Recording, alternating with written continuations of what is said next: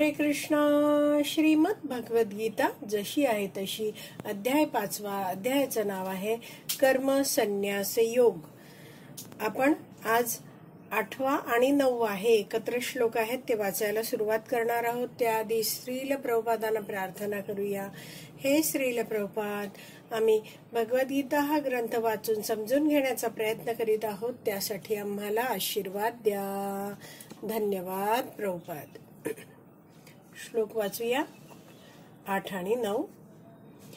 न एव किंचित करोमीति युक्तो मन्येत तत्त्ववित् पश्यन् शृण्वन् स्पृशन् जिघ्रन् अश्नन् गच्छन् स्वपन् श्वसन् प्रलपन् विसृजन् गृह्णन् उन्मीषन् निमिषन्नपि इंद्रियाणि इंद्रिय अर्थेषु वर्तन्ते इति धारयन्. भाषांतर वाचूया. दिव्य भावना युक्त मनुष्य जरी पाहत असला, ऐकत असला, स्पर्श करीत असला, वास घेत असला, खात असला, हालचाल करीत असला, झोपत असला आणि श्वसन करीत असला, तरी त्याला आपल्या ठाई नेहमी माहीत असते की वस्तुतः आपण काहीच करीत नाही. कारण बोलताना, उत्सर्जन करताना, स्वीकार करताना किंवा डोळ्यांची उघडझाप करताना तो नेहमी जाणतो की केवळ भौतिक इंद्रिये आपापल्या विषयांमध्ये संलग्न आहेत आणि तो स्वतः त्यांच्यापासून अलिप्त आहे. तर शब्द बघितले तर ही सगळी वेगवेगळी कृती दाखवलेली आहेत. व्यक्ती तर तो जाणतोय काय, त्याला माहिती आहे की वस्तुतः आपण काहीच करत नाही. ते पहिल्याच ओळीत दिले बघा. न एव किंचित करोमी इति, तर मी यातलं काहीच करत नाही असं कोणता व्यक्ती जाणतो आहे? युक्त मन्येत तत्वविद, ज्यांनी तत्व जाणलेलं आहे, आध्यात्मिक ज्ञान जाणलेलं आहे, ज्याच्याविषयी चर्चा सुरू आहे बघा आता. जसं आपण 7व्या श्लोकात वाचलं, योग युक्तो विशुद्धात्मा. तर असा मी 7व्या श्लोकाचं भाषांतर वाचते आहे. त्या व्यक्तीचंच वर्णन हे 8व्या 9व्या श्लोकात केलंय. तर जो भक्तिपूर्ण कर्म करतो, विशुद्ध आत्मा आहे आणि आपले मन व इंद्रिय संयमित करतो, तो सर्वांना प्रिय असतो आणि सर्वजण त्याला प्रिय असतात. असा मनुष्य जरी कर्म करीत असला तरी तो कधीच बद्ध होत नाही. तर असा व्यक्ती आहे तो आपल्या जीवनात वागतो कसा, हे 8 आणि 9 या श्लोकामध्ये सांगितलं आहे. तर तो वेगवेगळी कार्य करतोय. पश्यन म्हणजे पाहणे, शृण्वन म्हणजे ऐकणे, स्पृशन म्हणजे स्पर्श करणे, जिघ्रन म्हणजे वास घेणे, अश्नन म्हणजे खाणे, गच्छन म्हणजे जाणे, स्वपन स्वप्न पाहणे, श्वसन श्वास घेताना, प्रलपन म्हणजे बोलताना, विसृजन म्हणजे बाहेर सोडताना, गृह्णन म्हणजे स्वीकार करताना, उन्मिषण म्हणजे उघडताना, निमिषण म्हणजे बंद करताना, डोळ्यांची जी उघडझाप होते ना ते. अपि इंद्रियाणी इंद्रिय अर्थेषु, तर तो जाणतो की ही इंद्रिय आहेत ती आपापल्या इंद्रियांमध्ये संलग्न आहेत आणि तो हे सगळं ज्ञान जाणतो आहे. तर असा हा जो व्यक्ती आहे, जो कसा आहे, योगयुक्त आहे, भक्तीमध्ये मग्न आहे, तत्ववित आहे बघा. पहिल्या ओळीत शेवटचा शब्द दिलाय. तत्ववित म्हणजे काय, तो तत्व जाणणारा आहे आणि तो युक्त आहे म्हणजेच दिव्य भावना भावित आहे. तर असा व्यक्ती जो आहे त्याच्यामध्ये कर्तेपणाची भावना नाहीये. तो म्हणतो ना, इथे मध्यभागी दिलाय बघा भाषांतरात, वस्तुतः आपण काहीच करीत नाही हे त्याला माहित आहे.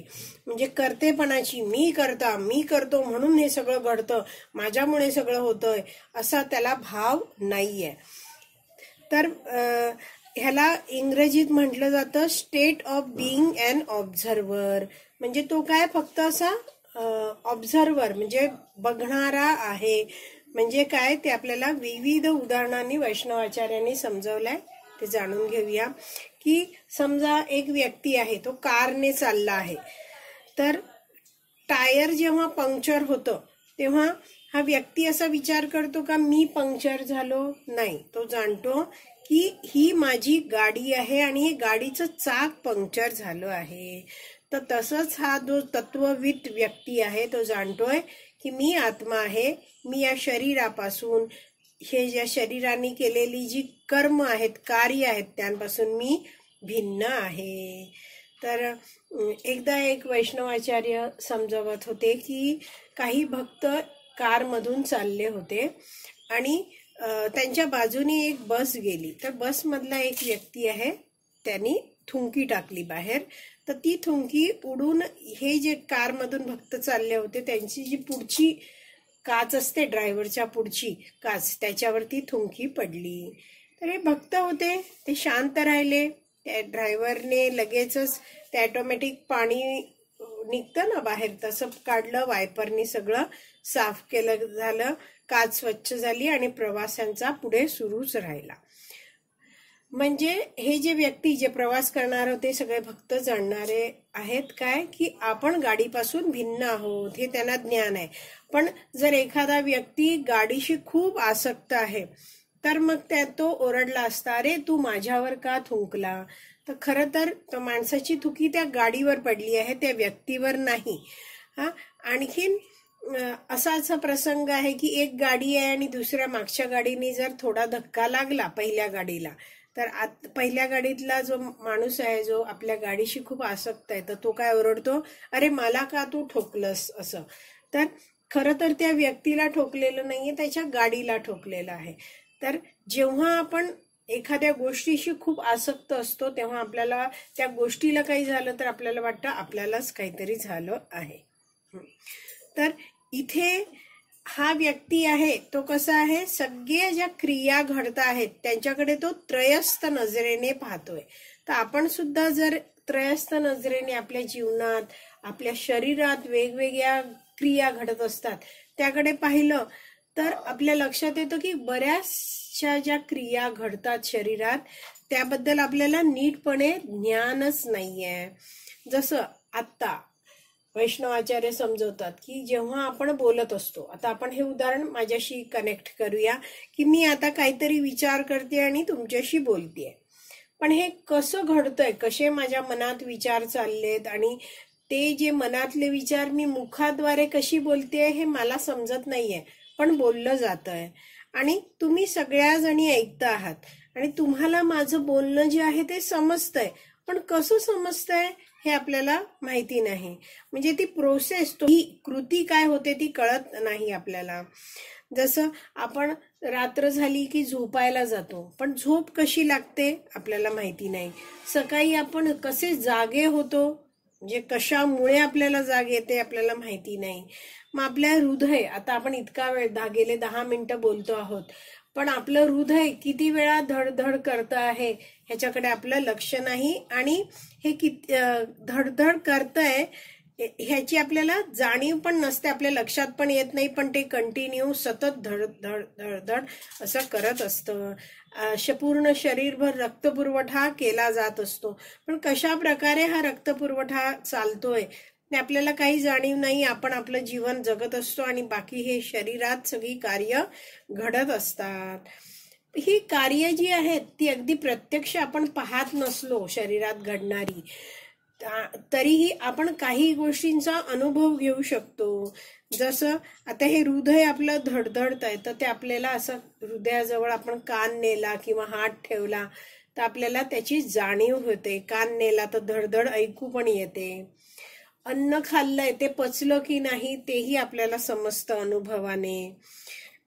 आणखीन दुसरं बघितलं तर हे आता भगवद्गीता आपण रोज थोडं थोडं करून समजून घेण्याचा प्रयत्न करतो आहोत, तर आपल्याला हे भगवद्गीतेचं ज्ञान थोडं थोडं समजायला लागलं आहे आणि आपल्याला जाणीव व्हायला लागली आहे की जसं भगवंत दुसऱ्या अध्यायात सांगतायत की हा जीव आहे तो भौतिक शरीर धारण करतो आणि आपण कोण आहोत, आपण तर जीवात्मा आहोत, या शरीरापासून वेगळे आहोत. तर असा हा 8व्या-9व्या श्लोकात, या श्लोकात वर्णन केलेला जो तत्वविद व्यक्ती आहे तो कसा आहे, युक्त आहे, म्हणजेच कृष्ण भावना भावित आहे. तर तो जाणतोय की मी भगवंतांचा आहे आणि हे शरीर आहे ते मला भगवंतांनी दिलेलं आहे. आणि मग तो जी सगळी कर्म आहेत ती सगळी भगवान श्रीकृष्ण आहेत. भगवान श्रीकृष्ण त्यांना तो समर्पित करत आपलं जीवन जगत असतो. तर असा व्यक्ती आहे तो लिप्त होत नाही. शेवटचे शब्द आहेत बघा भाषांतराचे, तो स्वतः त्यांच्यापासून अलिप्त आहे. अलिप्त आहे म्हणजे वेगळा आहे, लिप्त होत नाही. तर अशा व्यक्ती आहे त्याच्यामध्ये कर्तापणाची भावना नाहीये. तो जाणतो की शरीराची यंत्रणा आहे ती भगवंतांच्या नियंत्रणाखाली कार्य करते आणि ही सगळी शरीराची कार्य आपोआप सुरू असतात. आणि भगवान श्रीकृष्ण या श्लोकामध्ये हे अर्जुनाला ज्ञान देत आहेत सगळं, की कशा रीतीने हा तत्वविद व्यक्ती आहे. तो ही सगळी कार्य त्याच्या जीवनात घडत असतात, पण तो जाणतो की तो कर्तापणाची भावना नाहीये, त्याला उपभोग, इंद्रिय उपभोग घेण्याची इच्छा नाहीये आणि तो ही कर्म करतो आहे पण उपभोगाची आसक्ती नाहीये आणि त्यामुळे तो सर्वापासून, कर्मफळापासून वगैरे पण अलिप्त आहे. तर आज आपण हे 2 श्लोक समजून घेतले आहेत. उद्याच्या भागात आपण श्रील बलदेव विद्याभूषण यांनी लिहिलेली गीताभूषण टीका आणि श्रील प्रभुपादांनी लिहिलेलं तात्पर्य हे दोन्ही वाचणार आहोत. श्रीमद भगवद गीता की जय. श्रील प्रभुपाद की जय. हरी बोल.